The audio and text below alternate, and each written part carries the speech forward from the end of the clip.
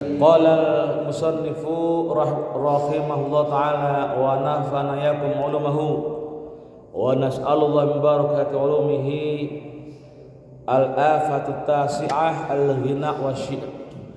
Penyakit lidah atau penyakit lisan yang ke-9 adalah berdendang dan bersyair. Sekali lagi, kitab ini masih membincang cukup banyak tentang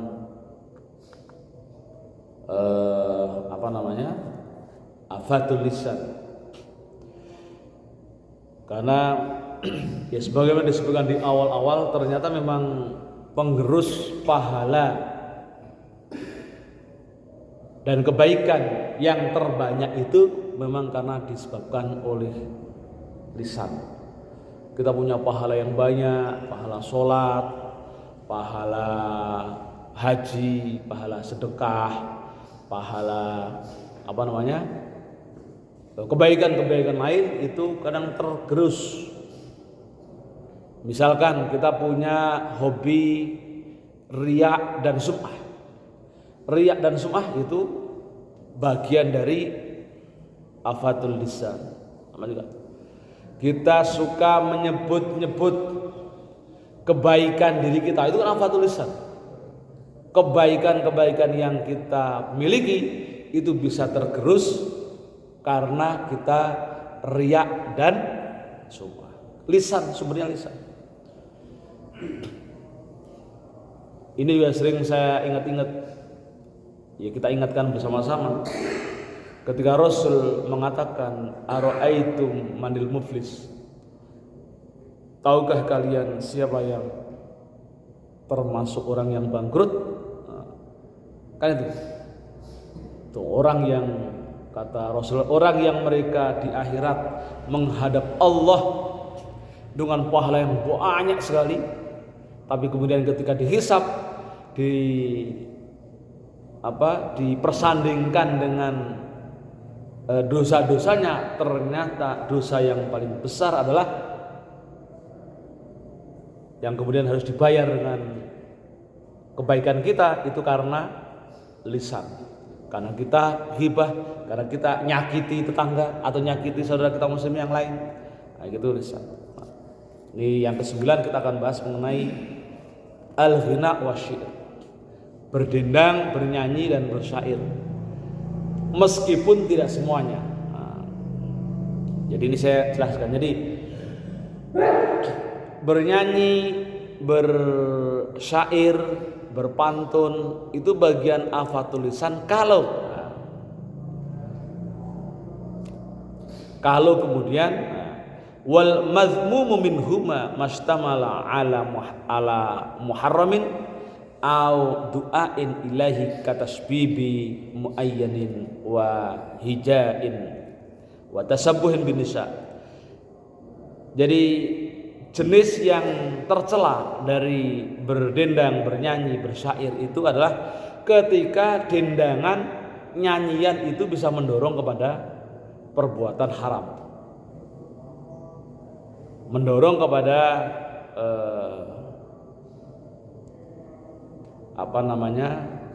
pemujaan yang berlebihan atau menyakiti. Karena ada juga orang ketika bersyair, bernyanyi itu kan tujuannya nyindir orang. Wa tasabbuhin bin nisa atau kemudian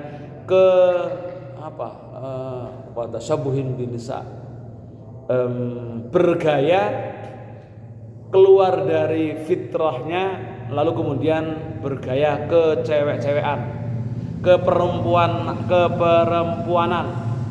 Udah jelas jenis kelaminnya laki-laki, kemudian bergaya banji, bergaya perempuan. Wa tahyijin li fahishatin wa luhukin bi ahlil khilaah wal mujawwad, dan memprovokasi untuk keburukan. Jadi orang bikin lagu niatnya memprovokasi, mengajak orang berbuat tidak baik atau berbuat buruk ya. Fahisyah waluhukin bi ahlil khila'ah wal mujawwad, yang itu disamakan dengan ketika lagu-lagu itu mendorong kepada perbuatan cabul atau tidak punya malu. Wa syarfil waqt ilahi, lalu kemudian waktu itu habis untuk itu. Jadi ini masalah jenis bernyanyi atau bersyair, tapi ada yang kemudian mendorong kita terlena. Ya kalau nggak terlena ya maksudnya hanya sekedar hiburan nggak masalah, nyanyi sekedar hiburan. Tapi kalau sampai terlena lalu lupa dunia, wah gitu itu yang, karena begini, satu sisi dalam ajaran sufi ya, musik menjadi instrumen yang strategis untuk mendekatkan atau mempercepat proses ekstasi. Apa? Proses ekstasi itu proses ekstasi itu kan ekstasi ya. Kalau minum itu mabuk kan itu ya.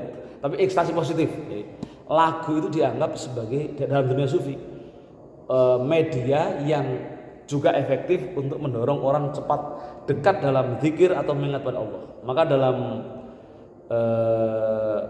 madhab sufi salah satu madhab sufi yang berkembang di Turki, lalu kemudian sering muncul tarian Turki, tarian sufi itu karena itu menjadi instrumen untuk bertakarrub ilallah. Jadi dengan yang sufi Turki itu yang pakai rok panjang lalu muter-muter, ketika dia muter-muter begitu dengan lagu-lagu tertentu itu bisa cepat wusul kepada Allah. Itu salah satu sufi. Sehingga kemudian berlagu itu tidak haram, bernyanyi tidak haram. Tapi tetap juga kalau kita itu berlebihan lalu kemudian sampai melupakan atau terlena atau bisa mendorong kepada perbuatan buruk, itu yang kemudian tidak baik. Jadi tadi muji sampai berlebihan gitu kan.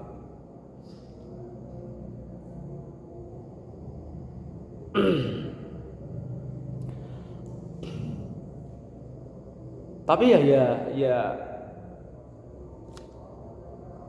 itu yang kemudian ini dibatasi.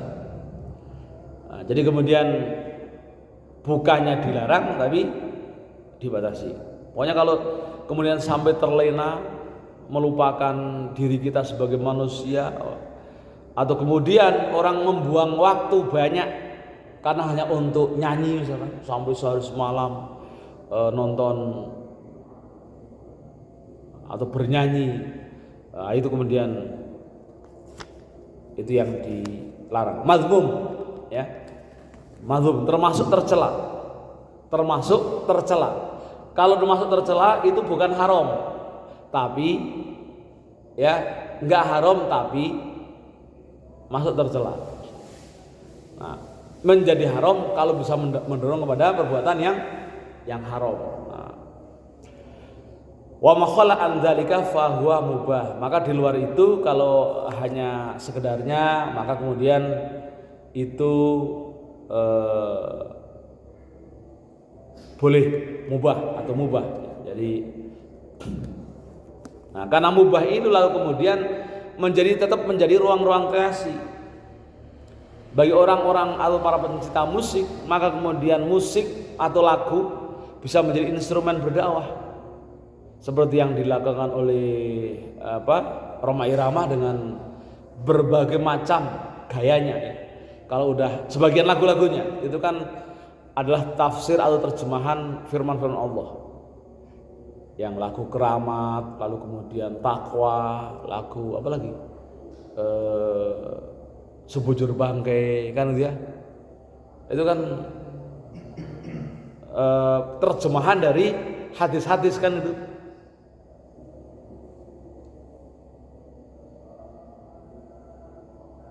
Jadi itu tuh mencoba berdakwah dengan lagu, meskipun ada sebagian kecil di dalam kitab ini membahas tentang itu, tentang dzamul ghina, dzamul syair, keburukan lagu ataupun syair. Tapi mungkin Mbah Haji termasuk orang yang memilih keburukan lagu itu dikurangi, tapi dengan memanfaatkan apa tadi, pesan-pesan kebaikan. Nah, al-afatul asyirah, lalu kemudian penyakit yang ke-10 al-mazah. Nah, termasuk penyakit yang selanjutnya, penyakit lidah yang selanjutnya adalah ngelucu, ngelawak, komedi. Ini juga sama. Ngelucu, ngelawak kalau sekedarnya boleh, tapi kalau kemudian dijadikan profesi atau dijadikan dia harus hari-hari ketawa begitu dan seterusnya, itu yang kemudian dipertanyakan, bahkan bisa jadi haram. Kenapa? Misalkan Imam Ghazali mengatakan, barang siapa yang banyak ketawa, kan gitu ya, barang siapa yang banyak ketawa, maka mata qalbuhu, hatinya akan mati. Waman mata qalbuhu dakhalan nar, maka siapa yang hatinya mati maka akan masuk neraka. Tapi ini bertentangan dengan hadis. Ada hadis begini, ma ra'aitu ahadan aktsaru tabassuman, tidak aku lihat orang yang paling banyak tersenyum min Rasulillah sallallahu alaihi wasallam, selain Rasulullah sallallahu alaihi wasallam. Jadi ada hadis yang menyebutkan Rasul itu selalu bergembira. Rasul selalu bergembira. Tapi tidak hadisnya tidak pakai dhahak. Misalkan tidak ma ra'aitu ahadan aktsaru dhahkan. Tidaklah aku lihat orang yang paling banyak tertawa. Tapi kalau Rasul di hadis itu ma ra'aitu ahadan aktsaru tabassuman, tidak pernah aku lihat orang yang paling banyak tersenyum. Ya, artinya Rasul bahagia. Kalau bahagia tidak sampai ketawa cekakaan, wah hahaha, yang kemudian berlama-lama. Kalau Rasul seperlunya. Nah, yang dikhawatirkan adalah ketika dhahkan, ketawa keras berlama-lama. Maka itu dalam penjelasan Imam Ghazali disebut itu bisa mengancam terjadinya pengerasan hati. Kalau hati keras, maka kemudian mati hatinya. Apa ciri hati yang mati? Ciri hati yang mati adalah apa? Susah menerima nasihat, susah diberi masukan. Salah satunya. Nanti kalau udah begitu, maka waman mata qalbuhu dakhalan nar. Orang yang mati hatinya dalam waktu yang sekian lama maka akan masuk neraka, ditetapkan oleh Allah masuk neraka karena sama mati hatinya. Nah, sekarang kita lihat bagaimana batasan-batasan agar ngelawak, lucu, lalu kita tersenyum tidak sampai yang diharamkan. Wal manhiu anhu al mazmum minhu huwal mudawamah alaihi wal ifrat fihi. Nah, yang dilarang dan lagi tercela dari mazah, ngelucu, ngelawak itu adalah ketika mudawamat alaihi, kita berlama-lama membuat ketawa, berlama-lama ketawa, wal ifrat fi, sampai kemudian melampaui batas, berlebihan. Dari awal pertemuan 1 jam sampai akhir ketawa melulu, kan begitu. Itu namanya mudawamah alaihi wal ifrat fihi. Tapi satu sisi, lagi-lagi kalau model-model ya hebatnya para kiai ya, kalau kiai panggung itu kalau dakwah ceramah kan bisa membuat irama bergelombang, ketawa serius, ketawa serius. Ini sudah keluar dari itu karena dia tidak mudawamah, tidak berpanjang-panjang. Kenapa? Fa ammal mudawamatu fali annahu istighal bil la'bi wal hazl. Karena mudawamah berlama-lama dalam ngelucu itu bisa menyebabkan istighal bil la'bi wal hazl. Memunculkan kesibukan main-main dan kemudian mengolok-olok. Kadang ya mengolok-olok itu termasuk mazmum, ngelucu karena pengen diketawain lalu menjadikan orang lain, menjadikan temannya sebagai objek kelucuan. Itu kan kemudian menyakiti hati ya. Wa ammal ifrat fihi fa innahu yurisu kathratu dhahak wa dhaghinah fi ba'dil ahwal. Karena kemudian berlebih-lebihan ifrat itu bisa mewariskan banyak ketawa lalu kemudian memunculkan dendam. Ya tadi menjadikan lucu-lucu, menjadikan orang lain dijadikan objek bully biar bisa ketawa. Itu bisa memunculkan dendam.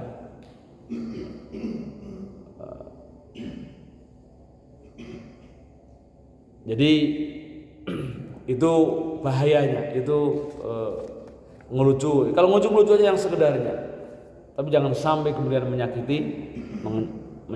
menyakiti orang. Wa yaskutul mahabata wal waqar, dan bisa meruntuhkan kemuliaan dan kewibawaan. Baik yang lucu maupun yang jadikan objek, itu kan kemudian bisa gugur, runtuh kewibawaannya. Karena dia dijadikan objek, dilecehkan, dicela, ya dibuat objek bully, itu bisa menghancurkan kewibawaannya dan kemuliaannya. Ini yang jadi masalah. Membahagiakan orang itu baik, tapi atau membuat orang bahagia itu baik, tapi kalau kemudian kebahagiaan yang dibuat itu kok misalkan juga munculkan orang lain sebagai korban, maka itu menjadi tidak baik. Kan itu. Jadi kalau kita mau berbuat kebaikan, jangan sampai kemudian kita meninggalkan kebaikan yang lain atau malah membuat dosa. Ya.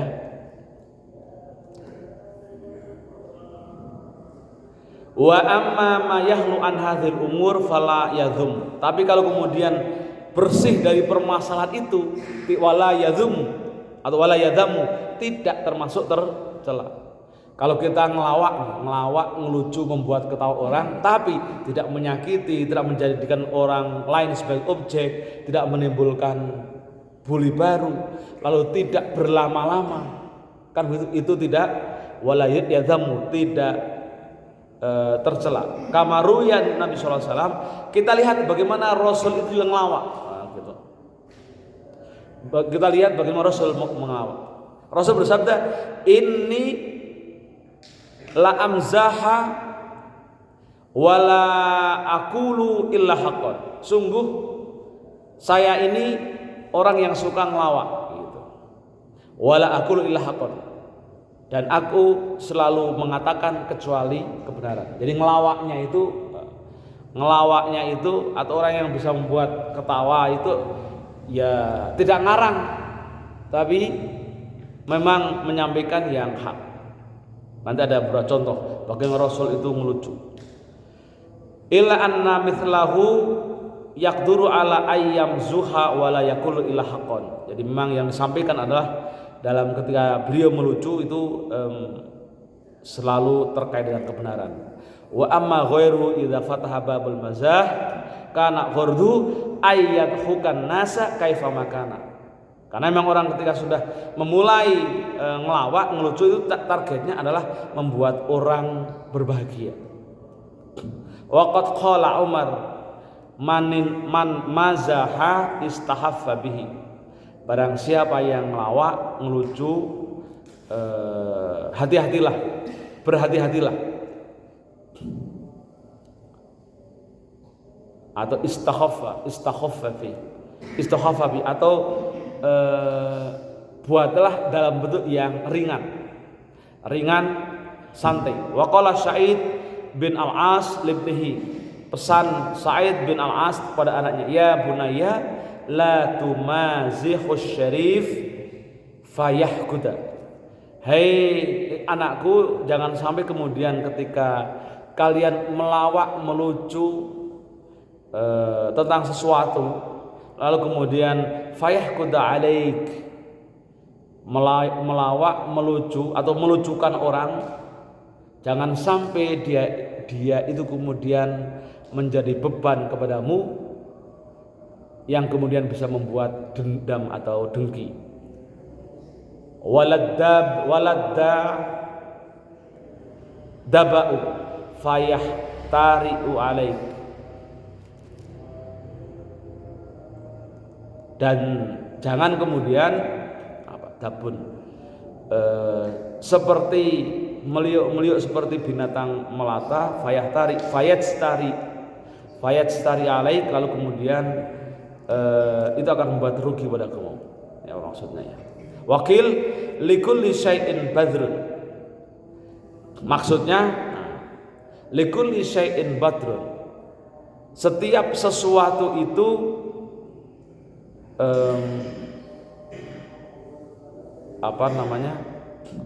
orang melakukan sesuatu itu pada hakikatnya dia sedang menanam benih gitu.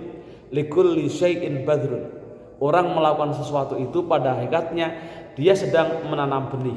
Wa badrul adawati al-mazah, dan benih dari permusuhan itu kadang diawali dari ngelawak, ngelucu. Musallabatan linnahyi wa muqti'atun lil asdiqa.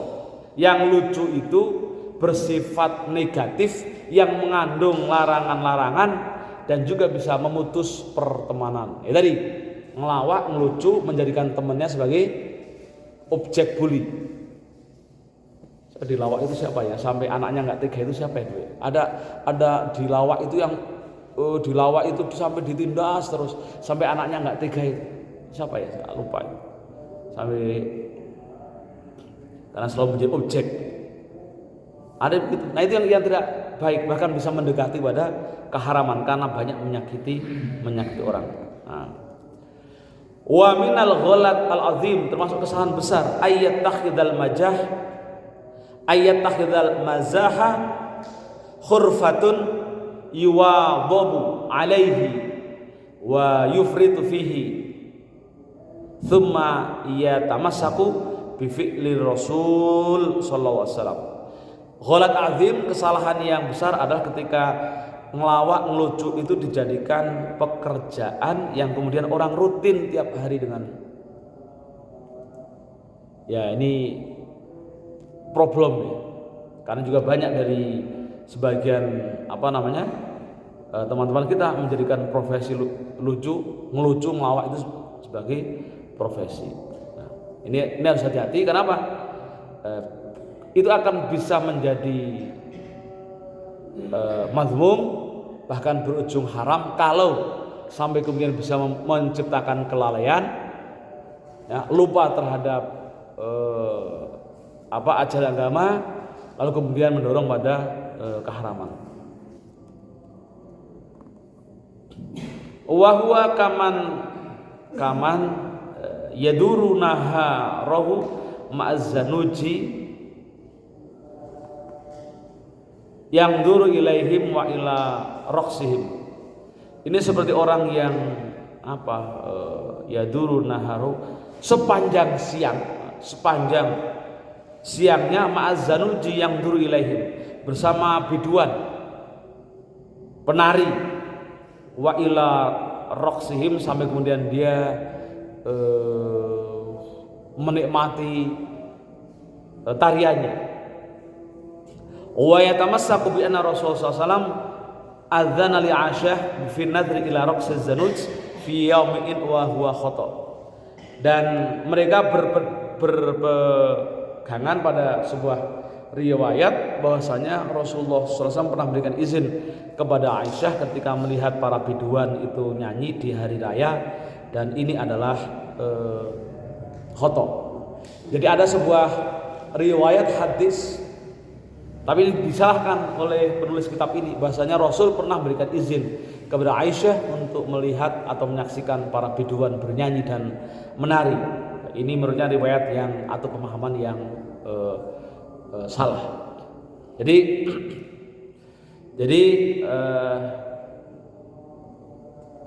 itu mengenai ngelawak dan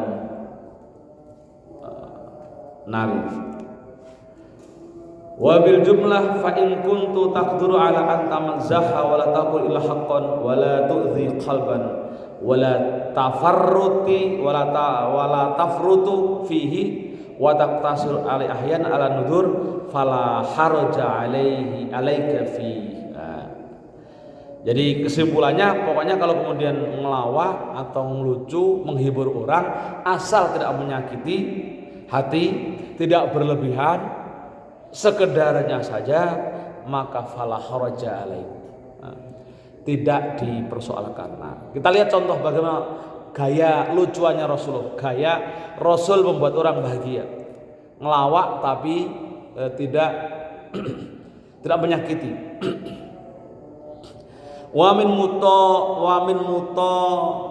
ya batihi sallallahu alaihi wasallam maruya an ajuzan atatu.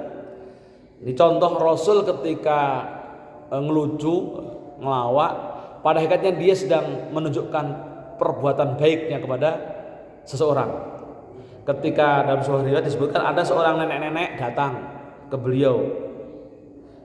Ada nenek datang ke beliau ngobrol, lalu kemudian Rasul mengatakan, orang tua, nenek-nenek, keriput, piot, jelek itu nggak akan ada nggak masuk surga. Udah keriput, piot, jelek mukanya, nggak akan masuk surga. Itu redaksi, karena hadis terlalu dipendekkan.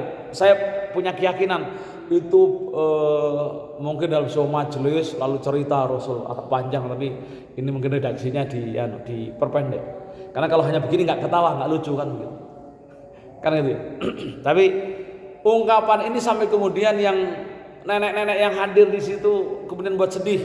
Fabakat faqalalah.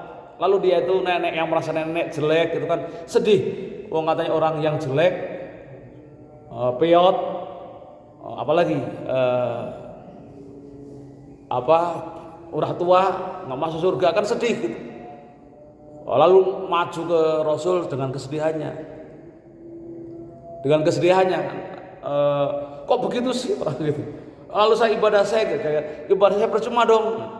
Lalu Rasul mengatakan dengan senyum, faqala laha innaka lasta bi'ajuzin yauma idzin. Enggak ada nanti orang itu memang enggak ada orang yang nenek-nenek piot mukanya jelek di surga.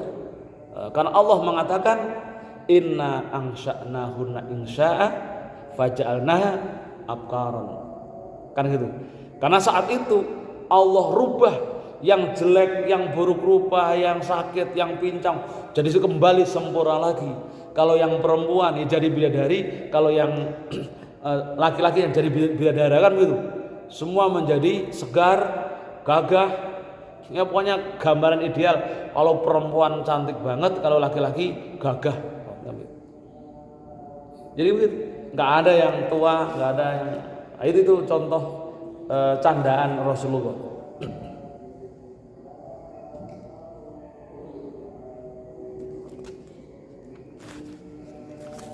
Banyak sekali contoh yang lagi, misalnya ada contoh candaan Rasulullah. Waja'at imra'atun ukhra faqalat, ada perempuan lain itu mengatakan, ya Rasulullah, bertanya kepada Rasulullah, minta sama Rasulullah, ya Rasulullah,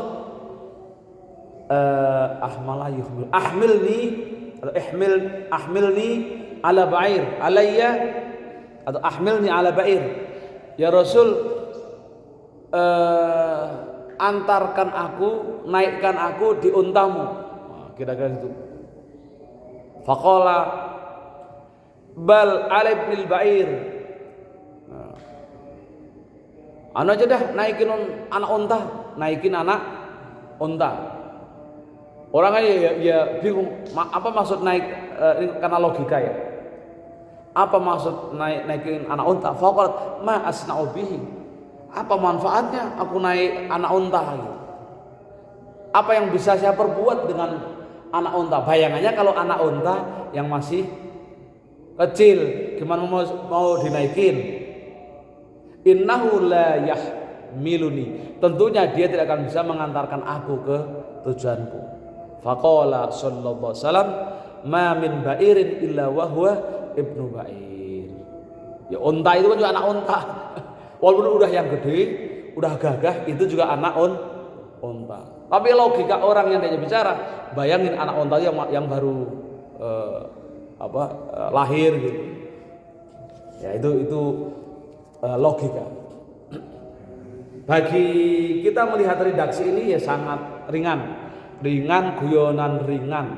Tapi saya punya keyakinan saat itu ya mungkin sahabat-sahabat yang lain juga senyum-senyum karena satunya logika yang digunakan Rasul mungkin tidak sampai ke yang diajak ngobrol. Ini contoh guyonan yang disampaikan Rasul. Jadi Rasul itu senang juga bercanda, tapi logis, mendorong orang berpikir kritis. Nah, mungkin sama dengan perkataan itu, sama yang lagi viral tuh, yang yang orang tua itu yang mengaku ulama itu, saya bisa berbicara dengan semut. Nah, saya bisa berbicara dengan apa lagi? Malaikat. Itu kita harus melihat itu sebagai candaan. Iya, kita juga saya bisa ngomong sama malaikat. Persoalannya malaikat dengar apa tidak?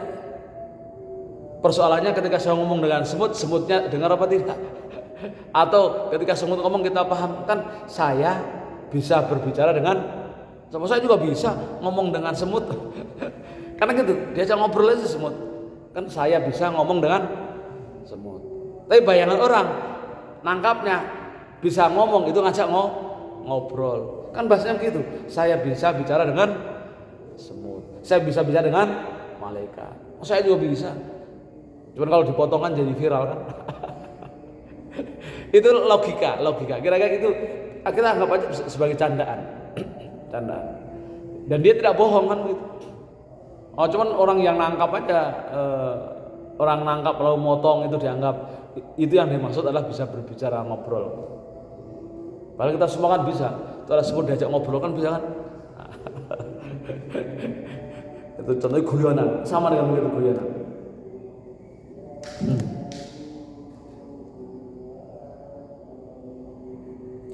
Nah, banyak cerita-cerita yang lain ketika dengan Aisyah itu sambil balapan kan, itu. Padahal Aisyah sama Rasul itu kayak anak kecil. Aisyah sama Rasul balapan kayak anak kecil, lari menuju ke suatu tempat. Nah, itu guyonan-guyonan yang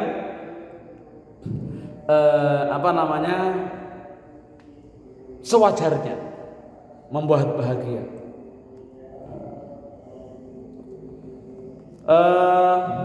Wa qalat aidan kana inda Rasulullah SAW Saudah binti Zam'ah fa sana'at khaziran wa jitabi fa qultu la Saudah kuli fa qalat la. Ini dengan istrinya juga ngomong, makanlah. Rasul mengatakan fa qultu li Saudah kuli, makanlah. Fa qalat la uhibbuhu, aku enggak suka. Fa qultu, maka aku mengatakan wallahi la ta'kulunna aw la altahanna bihi wajhaka. Wallahi, demi Allah, makanlah, kalau enggak aku akan lepehkan wajahmu.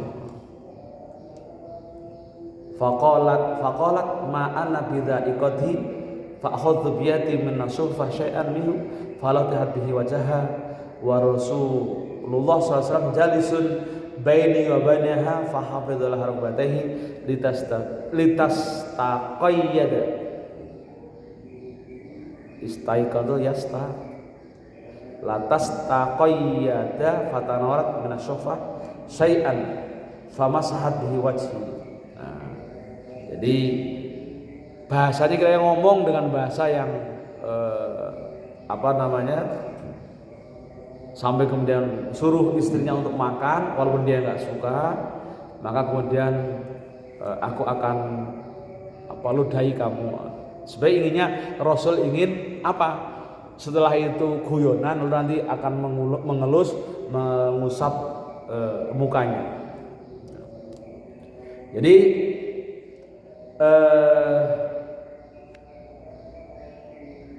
wajah Rasulullah SAW kemudian dengan gaya itu menjadikan Rasul tertawa atau tersenyum.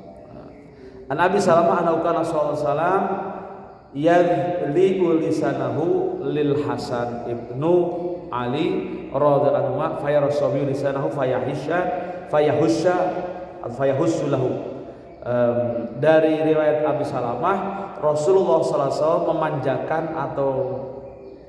memanjakan lisannya,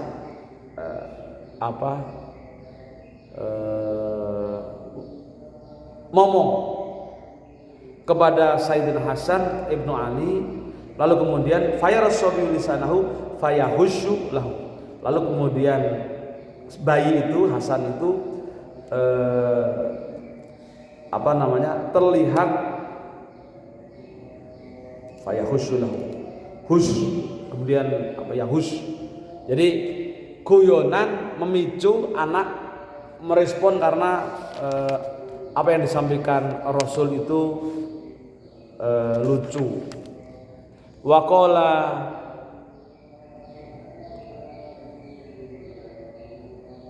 Waqala Uyainah al-Fazari wallahu la yakunana li al-ibnu qad tazawwaja wa yakillu wajhahu wa ma qabiltuhu faqala sallallahu alaihi wasallam innaman la yarham la yurham.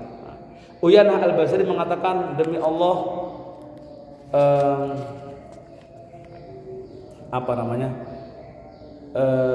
aku layakun al-ibn, ada anak di hadapanku, kota zawajani telah bersuami atau sudah menikah, wa yakil wajahu wa ma qabiltuhu qatun, dan aku cium wajahnya. Faqala sallallahu alaihi wasallam innaman la yarham la yarham. Sungguh orang yang tidak menyayangi tidak akan disayangi. Fa aktsaru hadhil mutayyabat mangkulatun ma'an nisa wasibya. Nah, ini ngapi-ngapi wong, ngapi-ngapi orang itu dalam teks ini ceritanya lebih banyak bersama dengan perempuan, ya, dengan istrinya dan anak kecil. Wa kana dzalika minhu sallallahu alaihi wasallam mu'alajatun lidhi fi qulubihim min ghairi mailin ila hazal. Dengan kasus ini menunjukkan Rasulullah sallallahu alaihi wasallam itu mengobati kelembutan untuk kelembutan hatinya tanpa harus mendorong melakukan perbuatan mengolok-olok. Yang ditunjukkan adalah ini bentuk kasih sayang. Yang tadi dengan istrinya ketika nyuruh makan, lalu nanti cipratin, padahal ingin mengusap wajahnya dan dengan anak kecil dibombong kalau kita sering nang ninung kayak gitu misalnya gitu ya. Lalu anak itu kemudian merespon, itu kan bagian dari menciptakan kebaikan kepada orang lain dengan mengandalkan lisan, tapi tidak sampai mengolok-olok atau menyakiti.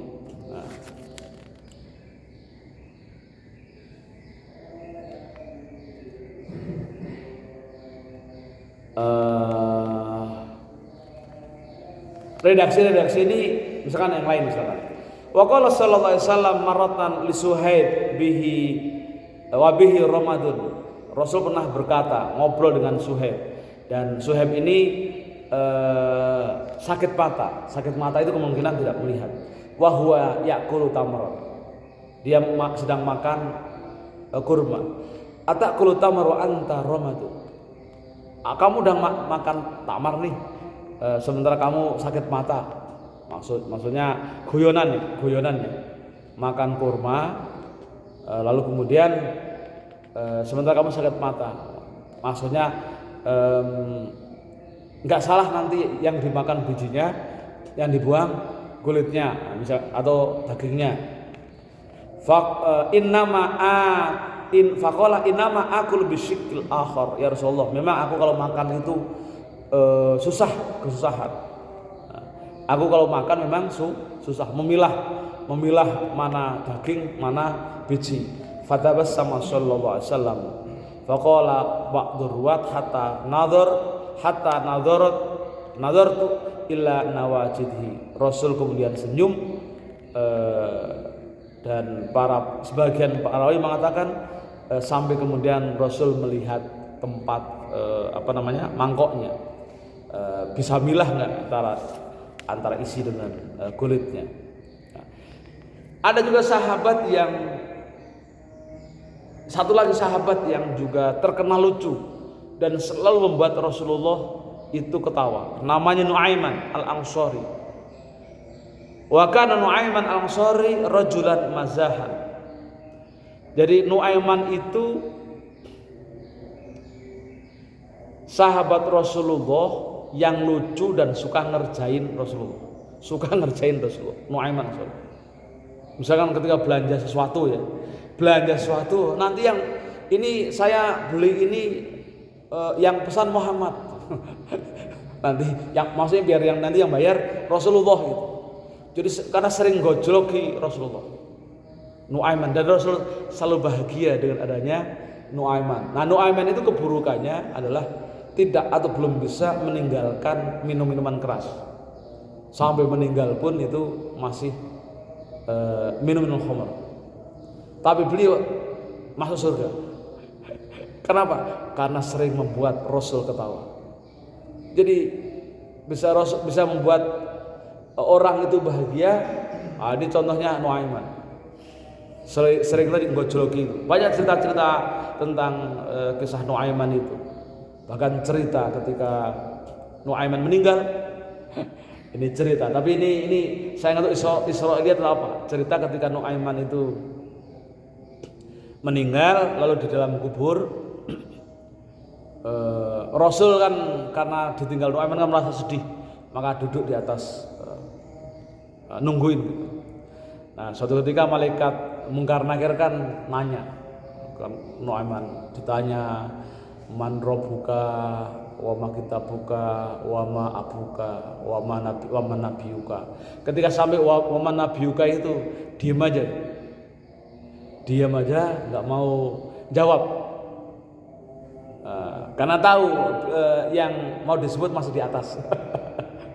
Jadi katanya di kuburnya masih guyonan. Nuaiman itu nggak mau jawab ketika ditanya wa ma nabiyuka, karena mau jawab itu masih di atas.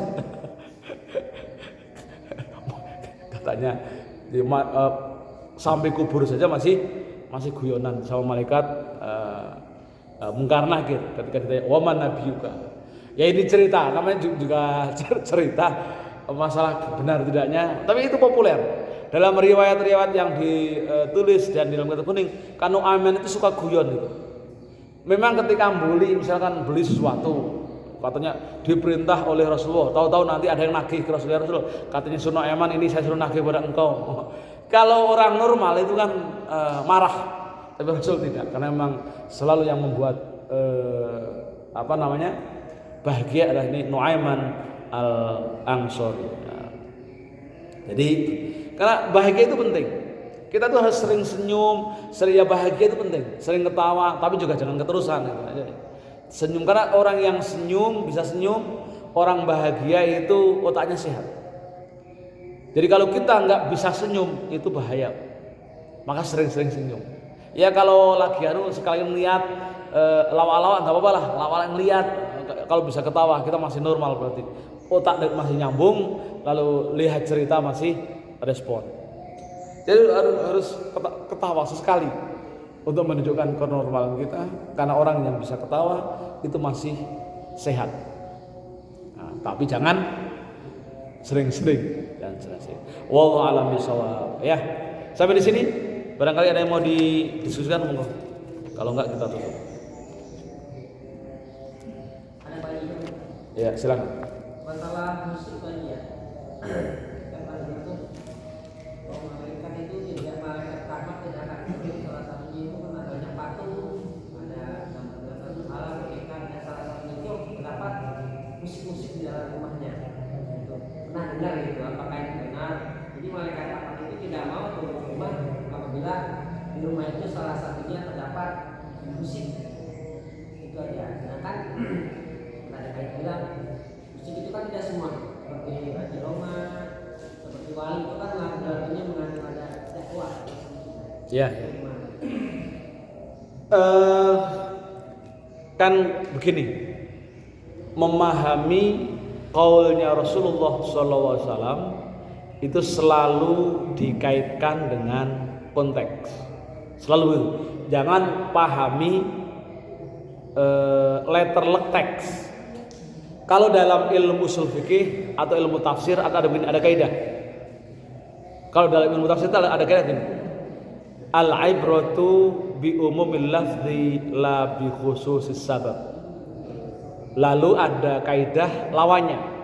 Al-ibratu bi khususis sabab la bi umumil lafzi. Ini kaidah ilmu tafsir yang juga sering dipakai untuk memahami konteks firman atau hadis Rasul. Jadi di Quran itu misalkan di Quran, ini contoh di Quran itu ada perintah misalkan waqatilul ladzina kafaru, perangilah orang-orang kafir misalkan gitu ya. Nah itu kalau pakai kaidah tafsir al-ibratu bi umumil lafzi la bi khususis sabab, ungkapan atau redaksi Quran itu dipahami redaksi umumnya saja, jangan dipahami redaksi bagaimana ketika ayat itu turun. Maka kita bisa memahami kepada orang kafir siapapun kita perangi dan kapanpun, kan begitu jadinya. Atau misalkan ada Quran yang lain, walan tardo angkal yahud walan nasoro hatta tattabi'a milatahum, dan mereka orang kafir Yahudi dan Nasrani tidak akan pernah ridho terhadap kita sampai kemudian kita ikut milah mereka, ajaran mereka. Itu kalau pakai kaidah al-ibratu bi umumil lafzi, maka dipahami seperti itu. Redaksinya begitu ya begitu bunyinya. Maka ada ulama yang memberikan jalan keluar agar kita tidak terjebak pada pemahaman yang tekstual. Maka ada kaidah rumus yang kedua, al-ibratu bi khususis sabab la bi umumil lafzi. Ketika ada melihat sebuah perintah atau firman Allah, jangan terjebak pada teks itu, tapi telusuri penyebabnya apa. Itu yang kemudian mendorong asbabun nuzulnya seperti apa. Misalkan ketika faqatil ladzina kafaru, maka perangilah orang-orang yang kafir. Itu maka kemudian saat itu konteksnya adalah nanti perlulah kita mengetahui asbabun nuzul, sebab turunnya ayat. Seperti apa kondisi konteksnya sampai muncul ayat itu. Oh, orang kafir itu selalu berbuat rekayasa, menipu, bahkan rela berkhianat. Maka mereka ingin selalu menjatuhkan Rasulullah dan timnya. Maka saat itu perintahnya perangi dimanapun saja. Ketika melihat orang-orang kafir yang seperti itu, yang selalu berbuat intrik, menjatuhkan dan seterusnya. Maka kemudian ketika sampai di sini, nah ayat itu jangan dipahami secara umum. Wong ada tetangga kita yang non muslim misalkan, kan itu ya. Kalau pakai teksnya itu kan dibunuh, suruh perangi. Tapi kalau tahu sebabnya oh maksudnya itu orang kafir yang berbuat intrik, yang kemudian mau nipu, yang juga mau membunuh kita, kan gitu. Kalau kemudian dia tidak ngapa-ngapain, tidak melakukan intrik tapi menjadi tetangga yang baik, masa masuk dalam ayat itu? Berarti dia dikeluarkan dari ayat itu. Di ayat itu tidak berlaku untuknya meskipun dia kafir. Nah, itu ilmu tafsir. Sama dengan ini ke konteks Rasulullah. Rasul itu ketika berhadapan dengan orang, hadis lalu keluar. Contoh misalkan ada seorang sahabat yang pekerjaannya itu tidak menghargai, tidak memuliakan orang tua. Lalu dia bertanya, "Ya Rasulullah, ayul a'mal afdal?" Ya Rasul, amal apa yang paling utama? Maka kata Rasul apa? Karena yang dilihat, wah ini orangnya nih kalau disuruh bantu orang tuanya nggak mau, suka maki-maki, suka ngerjain orang tuanya. Apa kata Rasul? Birrul walidain. Perbuatan yang paling baik adalah menghormati, menyayangi orang tua. Lalu suatu saat datang orang yang sahabatnya sholatnya rajin, tapi suka di luar waktu. Sholat subuh sudah terbit matahari, sholat duhur di waktu asar, sholat asar di waktu maghrib, sholat maghrib di waktu isya. Sering begitu. Sholat gak jelas, rajin sholatnya gak apa-apa. Lalu ketika dia bertanya, "Ya Rasulullah, ayul a'mal afdal?" Perbuatan apa yang paling utama? Jawabnya apa? As-sholatu fi waktiha. Sholat pada waktunya. Ya kalau sholat duhur ya waktu duhur, sholat asar waktu asar. Wa fi riwayatin as-sholat fi awwali waktiha. Di riwayat yang lain itu maksudnya adalah sholat di awal waktu. Jadi berbicara itu sesuai dengan konteksnya. Nah, sama dengan musik. Musik itu ini sempat menjadi perdebatan yang kemudian siapa namanya? Ustadz Adi Hidayat ya sempat menjadi dibully di media. Karena itu masing-masing yang membuli, yang menyerang berpegang pada hadis yang berbeda. Sementara Ustadz Adi Hidayat juga berpegang pada hadis yang berbeda. Kan begitu. Nah, ini harus dipahami konteksnya. Nah, jangan-jangan orang yang kemudian Rasul mengatakan begitu, jika itu benar, maka jangan-jangan memang dia hidupnya terlena dengan musik. Kan begitu. Hidupnya dengan musik sampai kemudian lupa dengan kan segala sesuatu termasuk musik itu yang diharamkan ada ketika musik itu membuat dirinya terlena sampai lupa dengan ibadah, sampai lupa dengan dunia yang sejati. Itu yang kemudian sampai diharamkan. Kalau musik hanya untuk hiburan, karena dalam dunia Arab itu terbiasa bersyair, itu terbiasa. Nah kalau bersyair,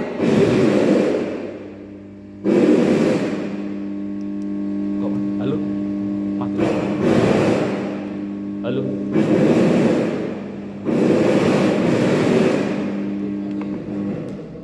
Halo, ini mic-nya mau ganti lagi. jadi gitu. Kalau mau berbuat sesuatu, pokoknya jangan sampai membuat terlena aja. Jadi apakah kemudian mendengarkan musik dilarang? Nah, karena banyaknya hadis dengan berbagai riwayat itu menjadi alternatif. Kita harus membatasi diri. Jangan sampai ketika bermusik membuat kita terlena, lupa waktu sholat, waktu ibadah dan seterusnya. Yang haram itu ketika bermusik sampai kemudian lupa dengan dunia kehidupannya. Nah, jadi memahami perintah syariat itu tidak cukup hanya 1-2 ayat atau hadis yang dijadikan dasar. Harus banyak alternatif lain. Karena jangan-jangan tadi Rasul mengatakan begitu, jika memang itu ada yang dihadapi adalah memang orang yang sudah keterlaluan, yang ifrat atau mudawamah sampai kemudian dia lalai dalam menjalankan ibadah. Gitu ya. Oke, saya kira cukup, udah 1 jam kurang dikit.